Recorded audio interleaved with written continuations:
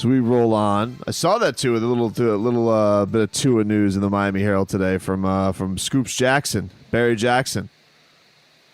Scoops going in there, giving you some nuggets. And this is what he had. He had he asked, when realistically can quarterback Tua Tagovailoa overtake Ryan Fitzpatrick? A source in touch with the Dolphins said that while the great likelihood is that Ryan Fitzpatrick will open the season as the starter, the Dolphins are open-minded about playing Tua if he shows command of the offense and consistently impresses in practice, and if the team isn't performing well under Ryan Fitzpatrick. They are going into the season with the plan to definitely redshirt Tua, barring a health setback. One team source says that Tagovailoa appears confident in himself, which I think is a good thing, according to Barry. That's Barry was saying that, not me. Drew Rosenhaus, who doesn't represent either player, said on his WSVN segment he expects Tua to be playing by week 4. All right, shout out to Drew for the input. But if Fitzpatrick has a very good start to the season, the Dolphins are winning, he will likely hang on to the job until things change. But with Fitzpatrick's history, that suggests that will change at some point. And Josh Rosen could enter the equation, Leroy, if Fitzpatrick is struggling and the Dolphins are losing and Tua has a medical setback or fails to grasp the offense quickly while Rosen impresses in practice. The suspicion here, Fitzpatrick opens as the starter with Tagovailoa playing by the second half of the season. In other words, they're not going to just give it to him. He's got to earn it, which is fine. But in other words, also, they're starting to crack. No. They're starting to crack. Oh, my goodness. All it takes is a little bit of an opening, and you're in. And from what we started with, where it was definitely going to redshirt him, put him on the shelf for a year, now all of a sudden the tables are turning. It's like, well, if things don't go according to plan and he seems good. Rule number 1, the first thing Spo probably said when he had his first meeting. This season or ever? Ever. Or Flo? Are you saying Flo or Spo? Flo. Flo. I'm sorry. If you get on the field, you're going to earn it. He ain't going to ever deviate from that. Ever. That's the first rule of Flo. Yeah, we saw that last year. Okay. And that's not going to change because of quarterback. That's not going to change because quarterback everybody wants. It won't change. Yeah, but to Barry's point. But there is no but. Hold on. There is no but. To Barry's point, we kind of know what's coming, right, with Fitzpatrick? And by the way, the oath is over, so you guys can go to hell. We know what's coming, right? Like the sands of the hourglass, they are dropping on when he's going to explode for a big time turnover performance, like we've never seen. Oh yeah. Okay. Which is fine. Mm-hmm. But again, if he has one of those games and Tua is not ready to play, Flo won't play him. He's not just going to play him because the other quarterback's playing bad. It's not going to be it's not going to be that Brendan Tobin moment. Let's see what he's got. No. First of all, don't name it after me. Let me ask you a question. Let me ask you a question. Right now, without seeing him practice or anything, you would start Tua. Yep. Yeah. Okay. What are we doing here? We're just gonna sit around and let you know what you can never get back, Leroy? Time. Okay, but if you're not ready, it's wasted time. No, if you're not ready, it's wasted. Yes, it is. Oh, you think? Hold on. Let me get this straight. So you think you can just throw him in there and let him learn on the fly? Yep. That don't work like that, man. I don't know what the hell people been telling you. It does not work like that. You got to get to a certain level to where even being able to learn on the field. Right? Because if there's certain basic fundamentals of handling yourself on a football field you're not ready for, but then you're not getting experience when you're on the field. What are we going to do? Put him out there in bubble wrap? Like you're going to just put him out in a perfect situation? It's never going to get that. So the situation is Fitzpatrick's playing bad, but the team doesn't look that bad. Then you can put him out there. If the team looks bad and the team is losing, we don't want to put him in a terrible situation, so let's put Rosen out there. But if Fitzpatrick just gets to play decent, then he gets to stay. It's like Tua has to. It's like you have to hit this supersonic of perfect for Tua to go out there. I am going to lose my mind in about 2 seconds. Why? The situation doesn't matter. The circumstances of the game don't matter. But Tua has to be ready to be able to go in there and handle it. But it seems like he has to be. Hold on. No, it's not. Doesn't have to be perfect. Let me ask you a question. When you replace a quarterback, is the situation perfect? Hell no. Well, they suck. Your team suck. Your team's not playing well. I agree with you, but what it sounds like is they're hoping to get Tua in the perfect situation, and I don't think that's realistic. No. It has nothing to do with the situation. You ever eat scones? It has to do with if he's ready. You ever eat scones, Robbie? Oh yeah, they got to be hard or soft. Yeah, they got to be hard. All right, and really, what it is Ryan Fitzpatrick and Josh, they're scones. They're disgusting. Okay, and it seems like with Tua Tagovailoa, you want him to be a muffin, perfectly baked. Perfect situation to make the great breakfast snack, and that's just not realistic, man. You're an idiot. There's no other way around it. Robbie, I would definitely choke the life out of him right now. This is the most ridiculous Tua take ever. You wait for the situations. You know what the perfect situation to put Tua in? The team's 6-0. And playing really well. The offensive line hasn't given up a sack. That's a perfect situation. A situation's not perfect when your team's getting ran over, the quarterback sucks, and then you throw another quarterback in. That situation ain't perfect. So I'm going to just send Josh Rosen has to go take the lickings? No! Here, the situation has nothing to do with if Tua's ready. Of whether he plays. It has to do with whether he's ready. So it's on him. If he's ready. Can he? Of course. It's always been on him. But here's the most important thing you have to understand. That if Flo has been preaching a message of what guys have to do in order to get on the field, and you break that for a rookie when everybody else on that team knows he's not ready, and you put him in there anyway, that ain't going to work. That's going to be the problem. The problem is not going to be Tua's in the game. The problem's going to be that you folded up all the things you've been preaching for the last 2 years to get a guy in the game.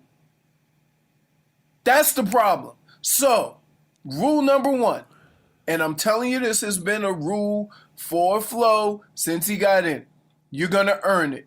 You want to get on that field, you're going to earn it. I don't care where you were drafted. I don't care how much money you make. You have to do the same as everybody else to earn your spot on the field. Yeah, but Flo, I love him, and I think the world of him, right? But it's like we know that he likes a vocal quarterback. Isn't it going to be tough for a guy like Tua to show the command of a Ryan Fitzpatrick, who also gets to play costume party because he wears that Viking beard?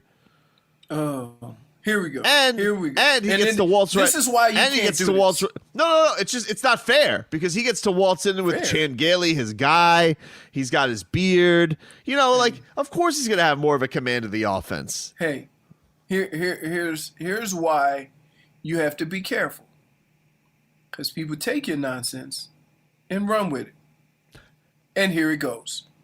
Tua is 10 times better than Tannehill when they were drafted. That's true. Tannehill was given the reins and couldn't drive. Tua knows the game and is better than him. Don't forget also, Tannehill played wide receiver in college. So, let's get the headlines, Robbie. No, I don't want to. Let's just go back. What do you mean? I don't want headlines. We gotta do that. Yeah, we gotta at least put the legal ID. Fine. This is WAXYAM South Miami and WSFS-FM HD2 Miramar, a radio.com sports station. How is this my worst Tua take? So stupid. It's stupid Tua take. It's not. It is. You would play him day 1. Yeah. Based on what, may I ask? This guy's awesome. No, he was awesome in college. Yeah, he's going to be awesome. No. Gonna be. But you don't know that. Well, if you're saying you would be winging it. You're not letting me say that he is awesome right now, so I guess because you don't know. You don't know. Hold on. We know. With all of the quarterbacks we've seen drafted in the top 5 picks that have ended up being terrible, they ain't him. We've never heard that about quarterbacks before. Who's been a star since they've walked onto the football field? That's what this guy is bringing to the table. Walked onto the football field, won a championship. All right. I can't. Here. I would say this. There's no help. There's no hope. Like, What? What you are saying to me is that he doesn't have to show you anything. You just putting him in. I just think it's silly that. How long you think you'd be a coach if you had that attitude about players? I mean, if two is my quarterback, I'm gonna be a coach for a long time. No. That's not what I said. Long time. There's 50 plus guys on the team. So if you were to do what you want to do without even giving an indication or the idea that Tua had to work for his spot too, based on what you've been preaching for the last 2 years, you seem like a fraud. Well, hold on. Work for the spot. Like, this happens all the time in sports, especially with what pick you invest in a guy. But wait, how many chances and what opportunities you give them. Sometimes these circumstances prevent you from doing that. For example, there's been teams that have drafted a quarterback without any other quarterbacks, and then there's your starter. Okay? That being said, how often does that work out? How often does a quarterback who has no other quarterback and they just thrown into the fire right away, how often does that work? All right. Well, it worked with Russell Wilson. No. It did? No. It did? No. They didn't go with that bummer at Flynn. They went right with him. No. He had to compete for the job and won the job. Didn't really. Did he have to compete? If they paid a guy $1 gazillion and they said he was so bad that we're going to go with the 3rd round pick, still had to earn it. Did he have to compete? He still had to earn it. All right. Well, no one's saying Tua doesn't have to earn it, but if he That's all I'm. Oh my God! No one's saying. Yes, that's what I'm saying. No, because here's what I'm saying. The way it makes it sound is he has to earn it, and the circumstances have to be perfect. No. That's what it sounds like. No. Do you understand when you replace a quarterback during the course of the season, the circumstances are never favorable for the guy coming in the game. So the fact that you're saying that is like you're not even acknowledging the reality of what that situation would be. It's not gonna be good if Tua replaces Fitzpatrick in the middle of the season. But Leroy, if there is no preseason, how is he going to be able to quote unquote earn the job if they don't have the preseason? Even more so, it hurt. I think the preseason, not having any preseason games hurts Tua more than anybody else. Because you need live action. Why? It would be if you have no preseason, it would be even more irresponsible to put Tua in right away. Now, here's the issue. That even in practice, he could prove that he's that much better than Fitzpatrick, and I'm not ruling that out. But it will still mean that he earned it. Now that's all I'm saying. Okay, well, we know that this Fitzpatrick thing, like everybody wants to say how great it was at the end of the year last year and all that type of stuff, and it was great. But there's two things. One, he's been a journeyman his entire career. Okay. We know that that's a time bomb that's going to go off at some point where he's going to be throwing 4 interceptions a game. That's just what he does. Okay, just what he does. And what are we doing here with him? What are we doing with Ryan Fitzpatrick? It has nothing to do with Ryan Fitzpatrick and more to do with your quarterback for the future. I've seen a lot of quarterbacks thrust in the play early and end up doing terrible than if they had to. Look at football. Can I ask you a question? Yeah.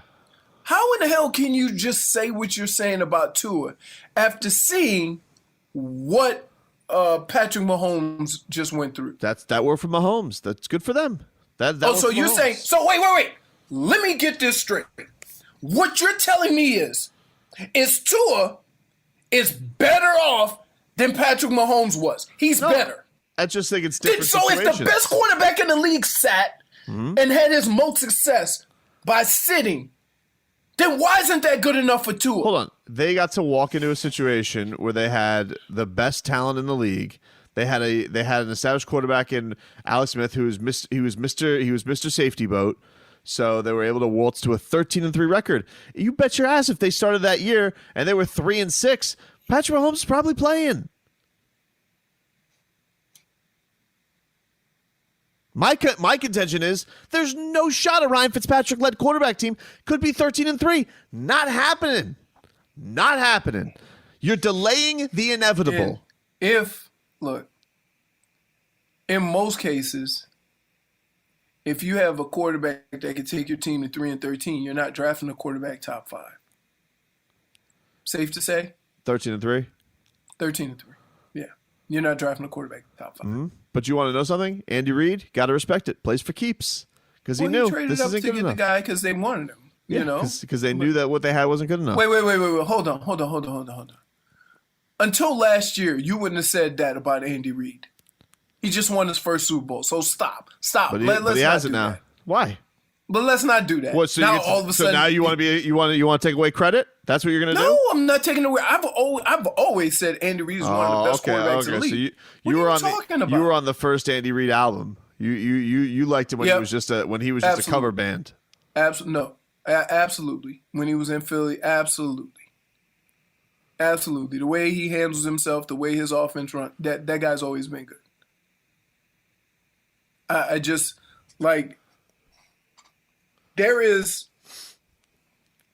if you had to weigh the good versus the bad with Tua starting day one for this team, right? I mean, give it some time. This is a long-term thing. You're going to get the feel good for week 1. Yeah. Okay, then what? See, you would risk. He's going to go win week 1, and then the week 2 there is nothing, so exciting. There is nothing in football that would lead you to believe that is a guarantee. Well, life's not about guarantees. This is a long-term thing. This is not a week 1 thing. So you have to play him. Everybody thinks, Tua is a game changer. Okay, that's fine. I've never heard that before. Oh my goodness. I give. I punt. I'm punting on second down. Okay. Because right now, the only thing left for me to do is curse. That's it. That's the only thing left because I can't believe that I'm having this conversation when you have football to show that what you want Tua to do is very rare. And in fact, quarterbacks who have sat have had more long-term success. That's just go. I gave you Russell Wilson, and you said no. He earned it though. Okay. For a third round quarterback to earn the starting job, right? After you paid a guy big money to come in and be the quarterback, how good do you think he stood out? That's a different situation. You don't know that it's a different situation because you don't know Tua can't come into the camp. I didn't say he wouldn't. My whole point is you said you would start him right away without seeing anything, and I said let's make him earn it. That's it. That's the end of the conversation. That's where the conversation went. No, that was all I said. You listen. What my contention is that not what I said? I'm getting worried. Is that not what I said? It's not what we're arguing. Now you're changing yes, the argument. It is. You're changing the argument. You my God. You are. I'm done. This is the worst. You're a buffoon. You're a buffoon falling for the buffoonery. That's it. Yep. What's to worry about? He's already got the big uglies up front. They revamped the line, dude. Revamped. They've been revamping the line for 10 years, and quarterbacks. It's different this time. Quarterbacks have been getting folded up in that backfield like cheap suits for the last 10 years. There are new offensive linemen, and Leroy warned us. All offensive lines that are built takes a period of time. You can't just put 5 first-round picks together and it's going to work right away. Offensive lines don't work like that. They've never worked like that. Check the history of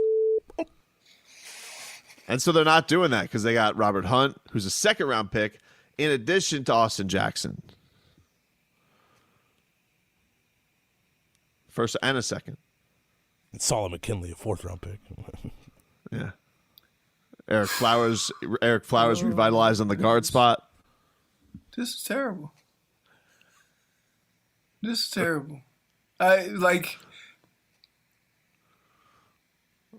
There is nothing like what you want Tua to do. In most cases in football, has proven not to work. Right? Well, listen. You would start him without one practice, without one preseason game, without nothing. You know what fails a lot? Restaurants fail a lot. Should you never try and open a new restaurant? But will there'd be no chefs in the world? Hold on. This is different. Man, this is a long-term thing. You got a lot invested in him. There is no benefit to starting him day one without having him go through the process of being a NFL quarterback. Yeah, but my contention would be let me ask you a question. Let me ask you a question. Hold on. My contention would be please make sense. I will. Mm-hmm. You want his level of good and ready to be at a different level than his competition. No. That's not what I'm saying. That's not what I'm saying. There's a couple of things that he has to learn. He has to learn how to handle handle the play calls, handle the checks, whatever, blah, blah, blah, blah, blah. He also has to learn how to be able to make the necessary adjustments, right? All things that at the speed that is happening, he might not necessarily be ready for yet. And he's not going to have any live action to test that out. None. 0. Dude, the preseason doesn't matter. Oh, it doesn't matter? Doesn't matter. It does for a young quarterback. Oh, yeah. What did Patrick Mahomes do in the preseason? Tell me. He sat for a year, though. Okay, but what did he do? Tell me. He sat for a year. Okay, at that point, after sitting for a year, you don't need preseason. Yes, I agree with you there. But the last time he played football was, Tua is so good that not only can he come in and just play, but it will almost be 3/4 of a year since the last time he's played football. So he's so good. He is so good that he can just come in and just go. Look, you can text the show 786-360-0790. I'm going to let you decompress. All right? Oh, you know what? Because I whooped you that segment. I whooped you that segment. Yeah. Here's what you're going to wish for. You know what you're going to wish for? Bro, you came out of that segment with a broken hip. You want, according to you, I'll just start next week. Hey, you know what you're going to wish? Here's what you're going to wish. Robbie, where's Leroy? I don't know. Who's Leroy? Yes, that's right. Back after this.